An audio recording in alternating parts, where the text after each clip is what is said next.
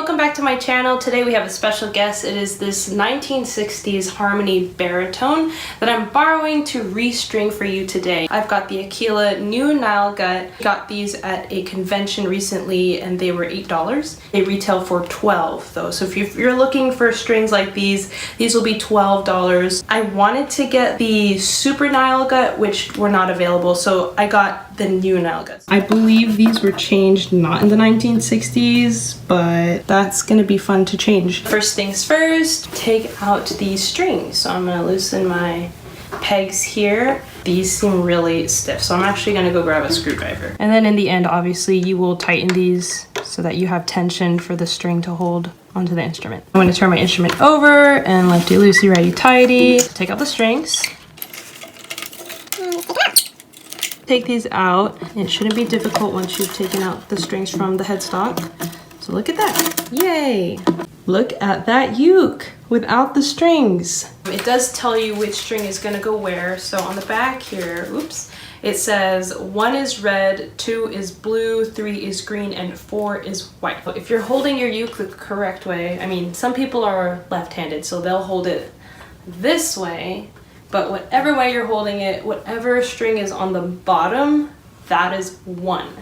And I have here the red and the blue. So on the package it says string 1 is red, string 2 is blue. They're thinner than these that are wound in the little baggies. So we're gonna start with these. String number 1 should be red. And there's a little indicator on this string at the very tip. That is the red.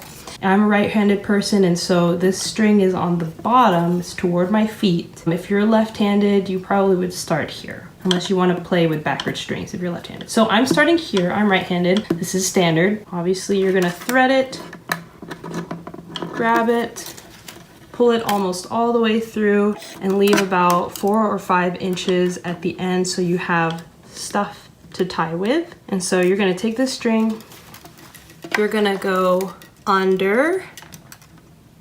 Okay, so this part, you take it, you go under, and then you go over all of what you just did and then through the hole.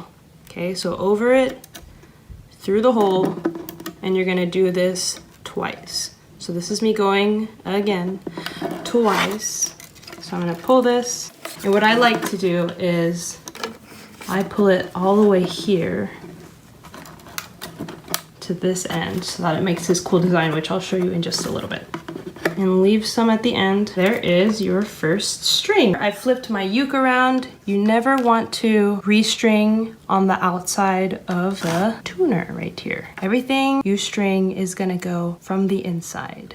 Hope that makes sense. But you're gonna essentially be in the middle of these guys. Take your string, go through the little hole from the inside, this side right here. Pull it through, make sure it matches with the little indent, making sure that the string is being wound from the inside. And if it is a little loose, that's because we loosened the pegs earlier. You might want to tighten before this point. So I'm actually gonna do that. Grab your flathead again and you're gonna tighten these. I like to do it until they don't like jiggle around like this. Okay, that's too loose there. And I don't tune these all the way just so I can put the other strings on and have even tension throughout. All right, 2 is blue, that rhymes, that makes it easy.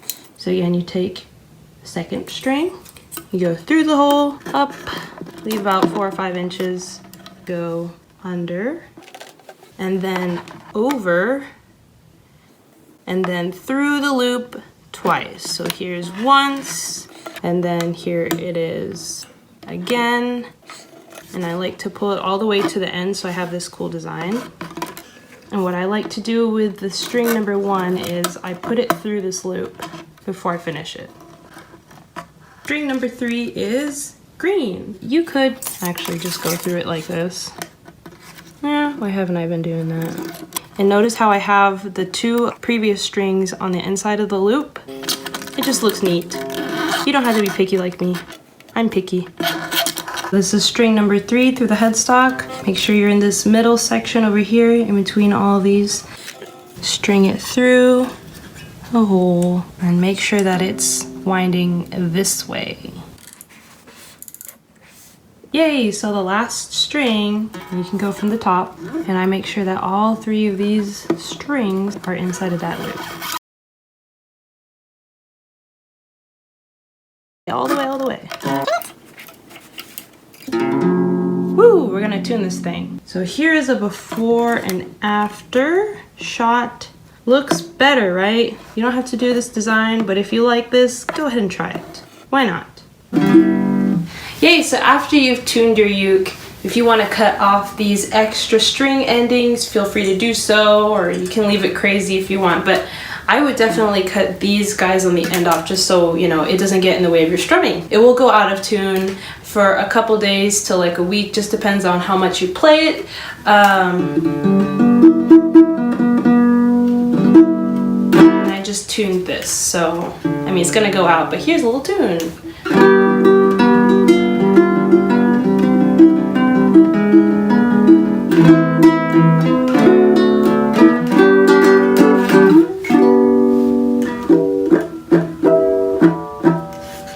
So it's going out of tune already, but that's totally normal.